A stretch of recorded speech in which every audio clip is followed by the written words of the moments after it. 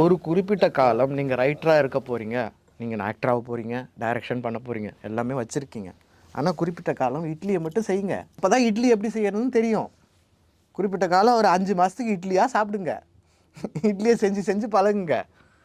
5 மாதத்தில் இட்லி செஞ்சுட்டு இருக்கும்போதே மட்டன் கடைக்கு போகாதீங்க. புரியுதுங்களா?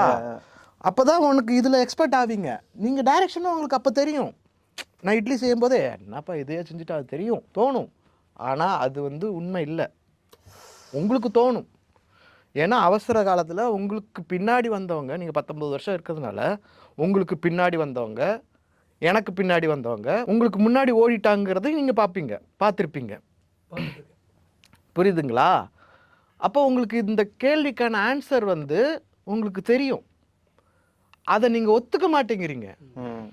புரியுதுங்களா? அது இன்னொருத்தன அதனால நான் ஒரு போதனைகளை தேடி அலையிறேன்.